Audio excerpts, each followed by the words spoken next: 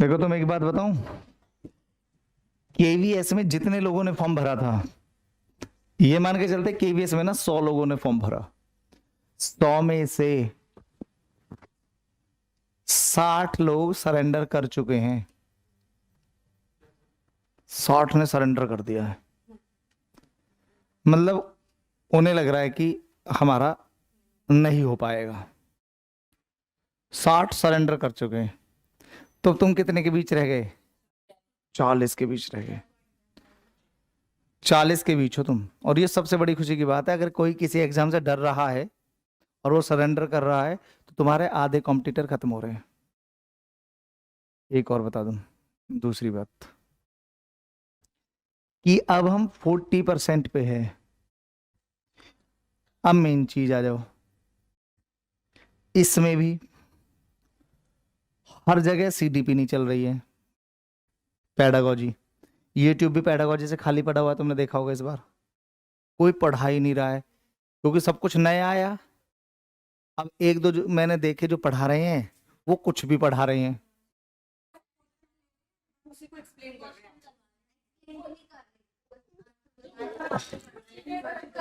मैं बता रहा हूं ना, इस बार यूट्यूब पे भी हलचल मची हुई है, किसी के पास कुछ है नहीं तो यूट्यूब भी खाली हो गया।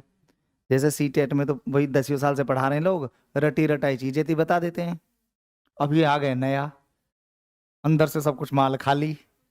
अब हो क्या रहा है, जितना भी सी टेट है सारा ऑनलाइन पे टिका हुआ था। अब केवीएस पे यूट्यूब खाली पड़ा हुआ है तो पब्लिक वहां से भी कट गई। पब्लिक जाए कहाँ? अब पब्लिक आती है ऑफलाइन कोचिंग में। ऑफलाइन कोचिंग में कि इस वाले टॉपिक को पढ़ाने के लिए आदमी ऑलरेडी या तो बीएड हो, एमएड हो, नेट हो, क्योंकि इसमें सारा एजुकेशन ही है। इसमें पेडागोजी भी है लेकिन एजुकेशन बहुत है, तो दोनों तरफ से क्या हुआ, आदमी फंस गया। इसलिए तुम्हारे पास एक गोल्डन अपॉर्चुनिटी है, मैं तुम्हें सच बता रहा हूँ पूरा आकलन करके। ये जो पेपर कम दिन हुए हैं ना, इसने बहुत से लोगों की हिम्मत तोड़ दी और वो लोग घर पे बैठ गए कि इस बार तो होगा ही नहीं, चलो नॉलेज आ जाएगी, एक्सपीरियंस आ जाएगा, नेक्स्ट टाइम देख लेंगे। इस बार ही हो जाएगा भाई, क्योंकि ये ना झटके वाला पेपर है। क्योंकि मेरी बहुत अच्छी तरह याद है, सुपर टेट का जब सबसे पहले फॉर्म निकला था तो सुपर टेट के फॉर्म में बहुत कम टाइम दे दिया उन्होंने, अचानक ही 22-23 दिन दे दिए। बहुत सारे लोगों ने सरेंडर कर दिया। हमने अपने यहाँ 6-6 घंटे की ऑफलाइन क्लासेस चलाई और हमारे बहुत बच्चों का हुआ। सरेंडर नहीं किया बच्चों ने, मैं करने नहीं देता सरेंडर आसानी से। अब उन्होंने किया नहीं, उन्हें लगा जब टीचर कह रहा चलो इसके सहारे चल के देख लेते हैं, भाई सरेंडर कर देंगे, तब भी नहीं हो रहा। हाँ? तो ये स्टेज तो लास्ट में भी हो सकते भाई, कोशिश करते एक बार हो तो सकता है। और बहुत सारे बच्चों को अप्रत्याशित सफलता मिली, कमाल की बात। और सुनो, हो सकता है इतना इस बार सुपर टेट अच्छा ना जाए। क्यों? 3-4 साल का गैप है, और जब किसी एग्जाम में गैप होता है तो क्या होता है, पेपर तब भी आए बच्चे का मनोबल टूट जाता है। आप ये बताओ, जब हम 12th में जुलाई में एडमिशन लेते हैं, हमें बहुत अच्छी तरह से पता है कि मार्च में पेपर होगा, अप्रैल में पेपर होगा। बोर्ड के एग्जाम जब आप लोगों के हुए थे, आपने जुलाई में एडमिशन लिया होगा 11th-12th में, पता होता है सबको पेपर मार्च में है, और मार्च में होते भी हैं। फिर क्यों नहीं पढ़ते हैं पहले दिन जुलाई से ही?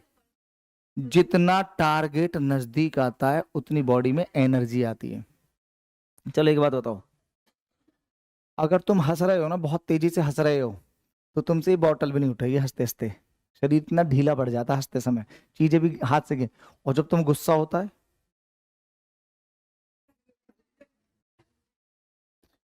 जब बहुत ज्यादा गुस्सा होता है कि मरने ही वाले हैं, फिर क्या होता है? इसका मतलब ये लास्ट सिचुएशन में ना पूरी बॉडी को ना ब्रेन क्या कर लेता है, कैप्चर कर लेता है, फुल एनर्जी देता है। ये इन चीजों को समझो पढ़ने से पहले, पढ़ तो लेंगे। तुम मेन पॉइंट पे जाओ कि हमारा ब्रेन का फंक्शन कैसे काम कर रहा है।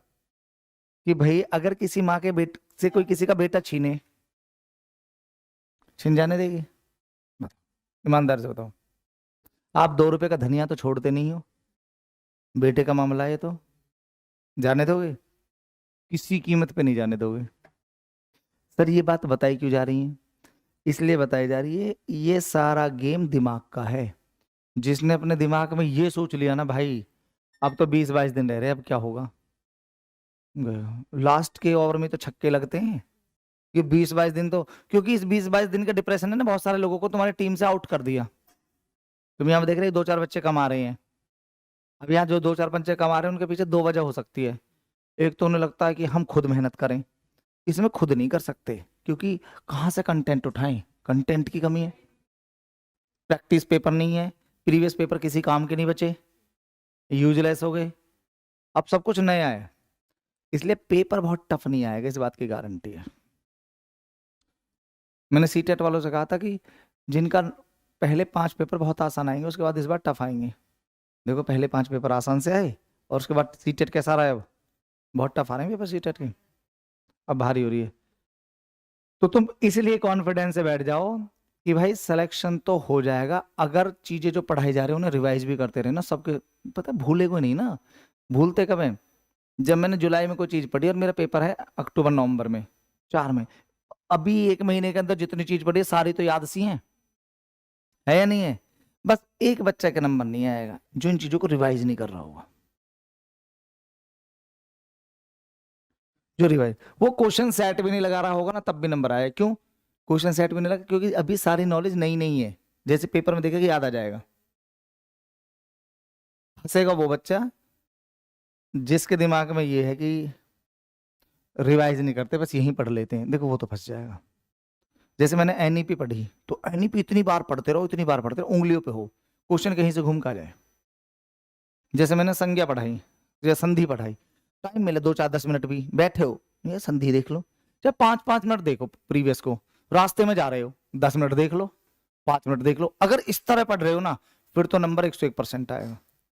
क्योंकि इसमें ना, जैसे आईएएस का बच्चा है ना, जो पेस्ट कर रहा होता है ना, तब भी सामने वो देखता रहता है किस सन में हुआ था। मैंने ऐसे ऐसे लड़कियों के एडमिशन देखे हैं, मेडिकल में लड़कियां सब्जी बना रही है, वहां अपनी वो पढ़ रही है, वो उसे भी याद कर रही है और काम भी कर रही है। ये क्योंकि छोटा छोटा टाइम ही करेगा।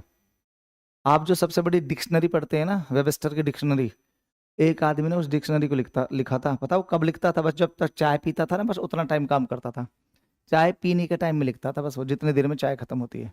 और कितनी बड़ी, 36 साल तो लगे, लेकिन विश्व की नंबर 1 डिक्शनरी है। बहुत से लोग अपने छोटे छोटे टाइम में बहुत बड़े कारनामे कर जाते हैं। तो तुम अपना देखो, जब टाइम बहुत कम हो तो प्लानिंग बहुत जबरदस्त होनी चाहिए। तुम अपना टाइम इस तरह से सेट कर लो, इस तरह से अपना टाइम सेट करो कि भाई ये मेरा ये वाला टाइम मैं ये कर लूंगी, सोने से पहले ये कर लूंगी, उठने के तुरंत बाद ये करूंगी, फिर उसके बाद ये करूंगी। ये छोटे छोटे टाइम ना, जैसे कंप्यूटर है, उसको थोड़ा टाइम में पढ़ लो, पढ़ो लेकिन डेली, चाहे उसको 20 मिनट पढ़ो, 5 नंबर पक्के हैं, 5 नंबर। जैसे तत्सम तद्भव विलोम शब्द है, कभी जीवन में याद नहीं होते ये, इनका एक ही तरीका होता है, इनको देखते रहो, बस नहीं देखते रहो, ऐसे ही ऐसे पढ़ते रहो, वो देखते याद आ जाते हैं। ये मूल मंत्र है, ऐसे देखते रहो बस उसे, बार बार बार बार बार बार बार बार बार बार बार बार। विलोम शब्द किसी के जीवन में याद नहीं हो सकते। हाँ, इसका एक ही आसान तरीका है, बार बार कुछ ऐसी चीजें जो रटने की हैं उनको देखते रहो, कुछ ऐसी चीजें जो समझने की हैं उनका एक बार रिवीजन मार लिया। आ रहा है समझ में? देखो तुम्हारा जो ये है ना, देखो कल हो सकता है मैं ही क्लास लूं, ठीक है? आज हम पढ़ेंगे चाइल्ड राइट्स, जानते हो,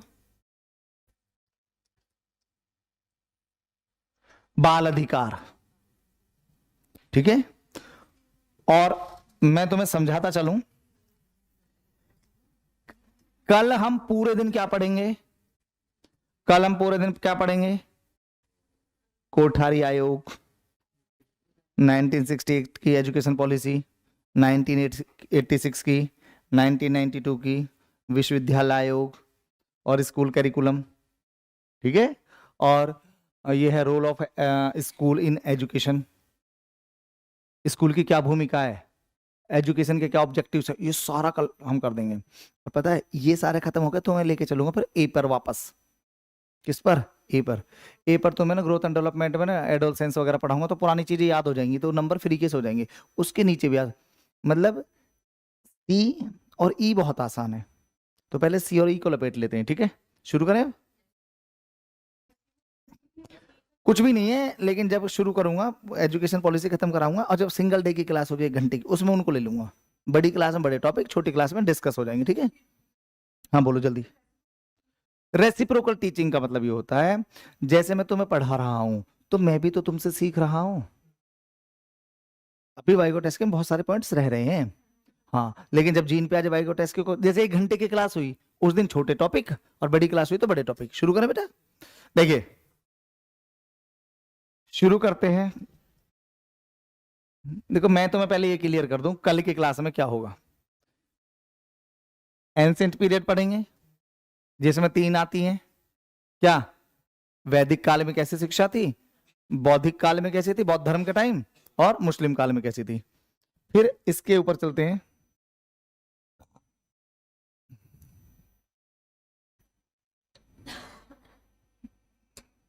देखो ये देखो मैंने ये समझा रखा है, वैदिक पीरियड में कैसी थी, बुद्धिस्ट में कैसी थी, मुस्लिम पीरियड में कैसी थी शिक्षा।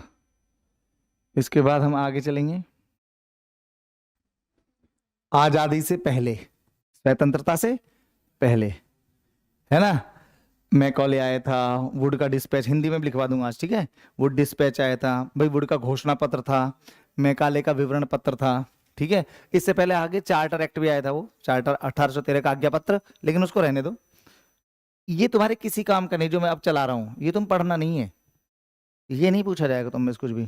पर लेकिन मैं इनकी मोटी मोटी ना 1-1 मिनट में ऐसे देता हुआ नॉलेज चला जाऊंगा। यहां से तुमसे क्वेश्चन पूछे जाएंगे, यहां से। इनमें भी इन दो से कुछ नहीं पूछा जाएगा, लेकिन मोटा मोटा आइडिया दे दूंगा। ये विश्वविद्यालय शिक्षा आयोग है राधाकृष्णन के टाइम का।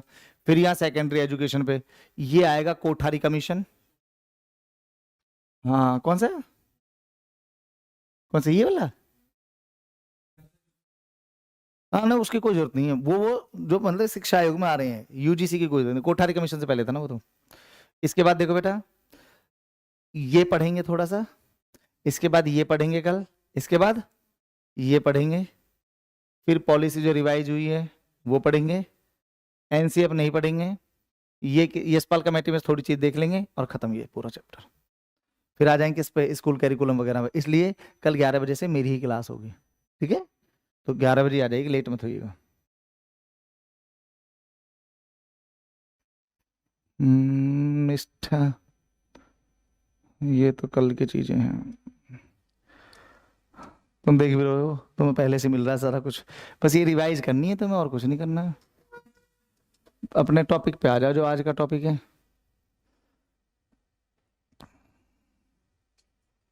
चलो भाई,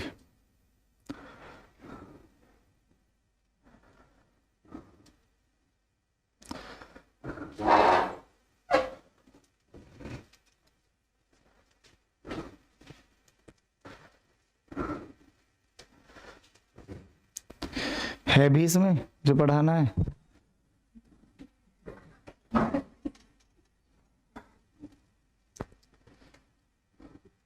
ये सिफारिशें खत्म ही नहीं है अभी तक, वही चल रही हैं।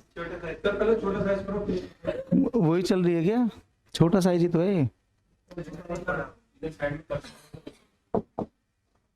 पीयूष को बुलाना, 1 मिनट, पीयूष को बुलाना। इसमें होगा, इसमें होगा पीयूष, क्यों सर बुला रहे हैं।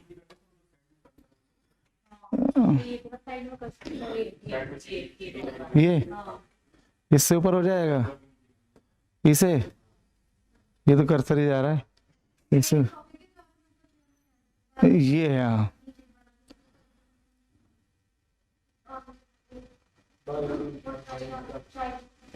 यहीं से था,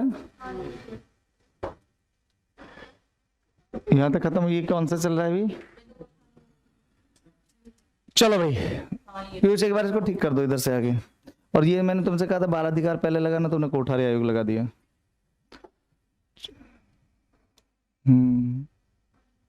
इसमें ये दिक्कत होती है इस वाली पीडीएफ में, बार बार। हो गया, चलो भाई।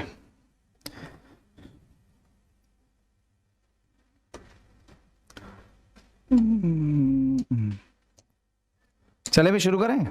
अब देखो, सबसे पहले मैंने लिखा है एक बच्चे का क्या अधिकार है। सबसे पहले तो ये बताओ, बाल अधिकार लेकर कौन आया था?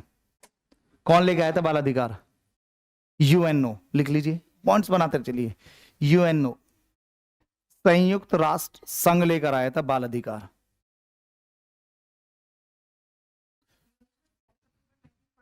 हाँ नहीं, ये तो उसका निर्माण हुआ था, तब तो यूएनओ बना था, ऑर्गेनाइज हुआ था। बात ये बाल अधिकार कब लेके आया? तो यूएनओ लेकर आया सबसे पहले। देखो, संयुक्त राष्ट्र संघ लेकर आया। और ये बात ना संयुक्त राष्ट्र संघ ने ना 20 नवंबर और 1959 को ही कहा था। कहा तो 1950 में भी था, लेकिन 1950 में भी कहा था, 1959 में इन्होंने कहा कि बच्चों की सुरक्षा के लिए, बच्चों की शिक्षा के लिए, बच्चों के पालन पोषण के लिए हमें कुछ अधिकार बनाने चाहिए, बच्चों के कुछ राइट्स होने चाहिए। पॉइंट्स क्लियर हो गया? बच्चे के क्या होने चाहिए? कुछ राइट्स होने चाहिए। इसके बाद इसने गंभीरता से इसको 20 नवंबर 1989, 30 साल बाद, 30 साल बाद इसने इसको बहुत ही सीरियस ले लिया और सारे अधिकार बना के तैयार कर दिए। सारे प्रोविजन, सारे अधिकार, सब कुछ बना के इसने क्या कर दिया? तैयार कर दिया। Point clear? भारत में ये शुरू हुए 20 नवंबर 2007 से, कंप्लीट एक्टिव हो गया। 92 से हो गया था एक्टिव तो, लेकिन ये क्या फिर प्रोविजंस बनके सब कुछ क्या हो गया भारत में भी, ये लागू हो गए। पॉइंट समझ में आ रहे हैं सारे? चलिए भाई,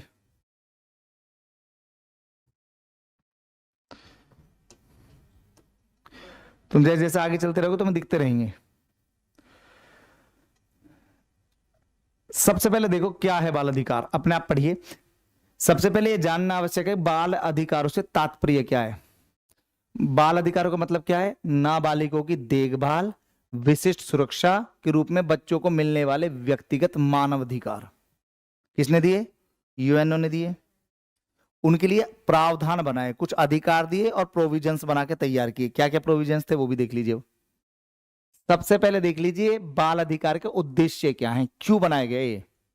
उद्देश्य पहले क्या है? बच्चों को संयुक्त राष्ट्र संघ द्वारा प्रस्तावित अधिकारों की जानकारी देना। पहला उद्देश्य ये है बाल अधिकार का कि जो छोटे छोटे बच्चे हैं उन्हें सबसे पहले बता दो बेटा तुम्हारे अधिकार क्या हैं। बच्चे को अपने राइट्स क्या होने चाहिए? पता होने चाहिए। और कौन कह रहा है? यूएनओ ने जो बनाए हैं ना, वो सारे के सारा अधिकार बच्चों को पते होने चाहिए। और कौन बताएगा? टीचर्स बताओ, गार्जियंस बताओ, कोई भी बताए, लेकिन बच्चों को अपने अधिकार पता होने चाहिए। नंबर 2, भारत सरकार द्वारा बच्चों के कल्याण के लिए किए गए प्रयासों से अवगत कराना। जो बच्चों के कल्याण के लिए जो भारत सरकार प्रयास कर रही है ना, तो टीचर का दायित्व है एक एक बच्चे को समझाया जाए कि भारत सरकार आपके लिए क्या क्या कर रही है, आपके बेटा क्या अधिकार है, सरकार आपके लिए कौन कौन सी नीतियां लेकर आ रही है। कौन कराएगा अवगत? टीचर के लिए तो पढ़ रहे हो आप। आगे बढ़िए, नोट कर लो। नंबर 3, उन्हें जीवन जीने का अधिकार, अच्छे खाने और अच्छे स्वास्थ्य का अधिकार है। कहीं ऐसा ना करो तुम बच्चों को ना किसी भी कीमत पे जीवन नहीं ले सकते। तुम उनको ना कभी भी ना ऐसा नहीं कि बुरा खाना दे रहे हो, अगर वो रिपोर्ट करेगा तो ये अधिकार है। ये नहीं बेटा कल की सब्जी खा ले, ये अधिकार है। जीवन जीने का अधिकार है उसका, अच्छा खाना खाने और अच्छा स्वास्थ्य। आपका बच्चा अगर बीमार है, आपका बच्चा भी नहीं, अगर बच्चा बीमार है तो ये बच्चे का अधिकार बनता है उसे कोई ना कोई दिखाए, वो सरकार से अपनी बात रख सकता है। पॉइंट समझ में आ रहा है? आप उसका शोषण नहीं कर सकते हो। बालक से श्रम, तो नाबालिग है ना वो, तो चाइल्ड लेबर पे क्या है? कानून बना हुआ है, प्रोविजन से कुछ है या नहीं है। और बाल विवाह से संरक्षण का अधिकार है। ऐसा नहीं है कि बालक की छोटी उम्र में शादी कर दे, केस बन सकता है। करते हैं लोग, आज भी करते हैं, लेकिन सच्चाई तुम्हें भी पता है। करना एक अलग बात है, लेकिन अगर कानून की नजर में चीजें आ जाती हैं, राजस्थान में तो बाल विवाह अभी भी हो जाते हैं। बालिका वधू वहीं का है, देखा भी होगा बालिका वधू, है ना। शादी कोई आसान चीज नहीं है, ये मेंटली एक वो है। इसके लिए आप मेंटली मैच्योर होने बहुत जरूरी है, समझ होनी चाहिए तुम्हें, है ना। वो देखे नहीं छोटी उम्र के बच्चों में अफेयर चल जाता है, कैसी कैसी बात करते हैं वो। हम्म, कितने सीरियस रहते हैं, क्योंकि अभी यहां से मैच्योर नहीं है ना। सहभागिता को देखो, क्या मतलब है सहभागिता का मतलब क्या है? क्या क्या होना चाहिए मतलब? पार्टिसिपेट, हर चीजों में उसको क्या करो, इन्वॉल्व करो। घर की एक्टिविटीज में उसको इन्वॉल्व करो, घर के डिसीजन में उसको इन्वॉल्व करो। उसकी बेसिक क्या बढ़ेगी? तभी तो उसकी समझ बढ़ेगी। जब आप बच्चे को घर के कार्यों में इन्वॉल्व नहीं करें तो क्या उसकी समझ बढ़ पाएगी? तो बालक की समझ बढ़ाने के लिए उसकी सहभागिता, पार्टिसिपेशन का होना क्या है, बहुत ज्यादा जरूरी है। नंबर 6, गुणवत्ता शिक्षा को बढ़ावा देना। गुणवत्ता शिक्षा का मतलब क्वालिटी की एजुकेशन मिले। क्वालिटी की एजुकेशन का पता कैसे चलेगा? कौन सी होती है क्वालिटी की एजुकेशन? जो नौकरी दिलवा दे? नहीं सर, जो उसका चारित्रिक विकास करे, नागरिक के रूप में विकास करे, उसके अंदर एथिक्स वैल्यूज डाले, ठीक है ना? और उसको क्या शिक्षा कैसी होनी चाहिए? इसके अलावा रोजगार परक भी हो। वैल्यूज तो आपने बढ़ा दी, संस्कार भी दे दिए, नौकरी नहीं दे पा रहे हो। रोजगार परक ना, रोज सेकेंडरी शिक्षा। मैथिली क्षणगुप्त कहते थे, हे शिक्षा तेरा नाश हो अगर तू नौकरी हेतु बनी। शिक्षा का काम नौकरी देना नहीं है। शिक्षा का काम क्या है? गांधी जी का जो तुमने वो पढ़ा है, गांधी जी कहते थे कि बालक को पढ़ाते समय क्या कर दो, वोकेशनल एजुकेशन भी दे दो, कहीं ऐसा ना हो किसी काम का ही ना रहे। कोरे सिद्धांत भी तो बेकार है। तो क्या है, क्वालिटी की एजुकेशन प्रोवाइड करना, ठीक है बेटा। वैल्यूज का मतलब होता है, हाँ मैं भाई देखो शिक्षा का काम क्या है। अच्छा बताओ, अगर हम ना नहाए तो शरीर से, बॉडी से स्मेल आने लगेगी, शरीर खराब ही हो जाएगा। एक दिन आके तो खराब हो ही जाएगा, 6 महीने, साल भर, 10 साल, 5 साल हो ही जाएगा बेकार। यही एजुकेशन है। एजुकेशन तुम्हारा निर्माण कर रही है, तुम्हें परिष्कृत कर रही है, तुम्हारे चरित्र को। और एजुकेशन से ना सब कुछ बदलता है। अगर तुम किसी को कुछ ना दे पाओ ना, सब कुछ बदल जाता है। किसी को कुछ ना दे पाओ ना, उसको ले देके ये एजुकेशन दे दो, बाकी सब कुछ अपने आप कर लेगा वो। हाँ? स्कूल को लेके नहीं बोल रहे हैं, ये बालक के अधिकार हैं। चाहे वो बालक घर हो, स्कूल में हो, मतलब सोसाइटी में बालक को क्या क्या आपने अधिकार दिए हैं, उन अधिकारों की रक्षा कैसे करोगे आप? जैसे आपको मौलिक अधिकार दिए, फंडामेंटल राइट्स, कौन रक्षा करता है उनकी? सुप्रीम कोर्ट करता है, करता है, न्यायालय करता है। क्या कहता है? अगर कोई व्यक्ति तुम्हारे अधिकारों पर दिक्कत दे रहा तो हमें बुलाओ, हम हाजिर हैं।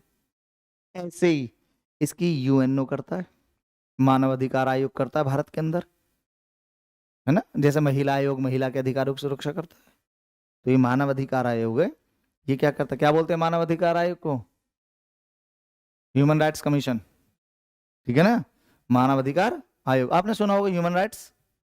देखो बेटा, वैल्यूज का मतलब होता है बेटा आपको, जैसे आप ये समझो, सुबह स्कूल में जब जाते थे तो सबसे पहले क्या होता था? प्रार्थना। क्यों होती थी? क्यों होती थी? ये आपके अंदर अच्छे मैनर्स डाले जा रहे प्रार्थना के बहाने।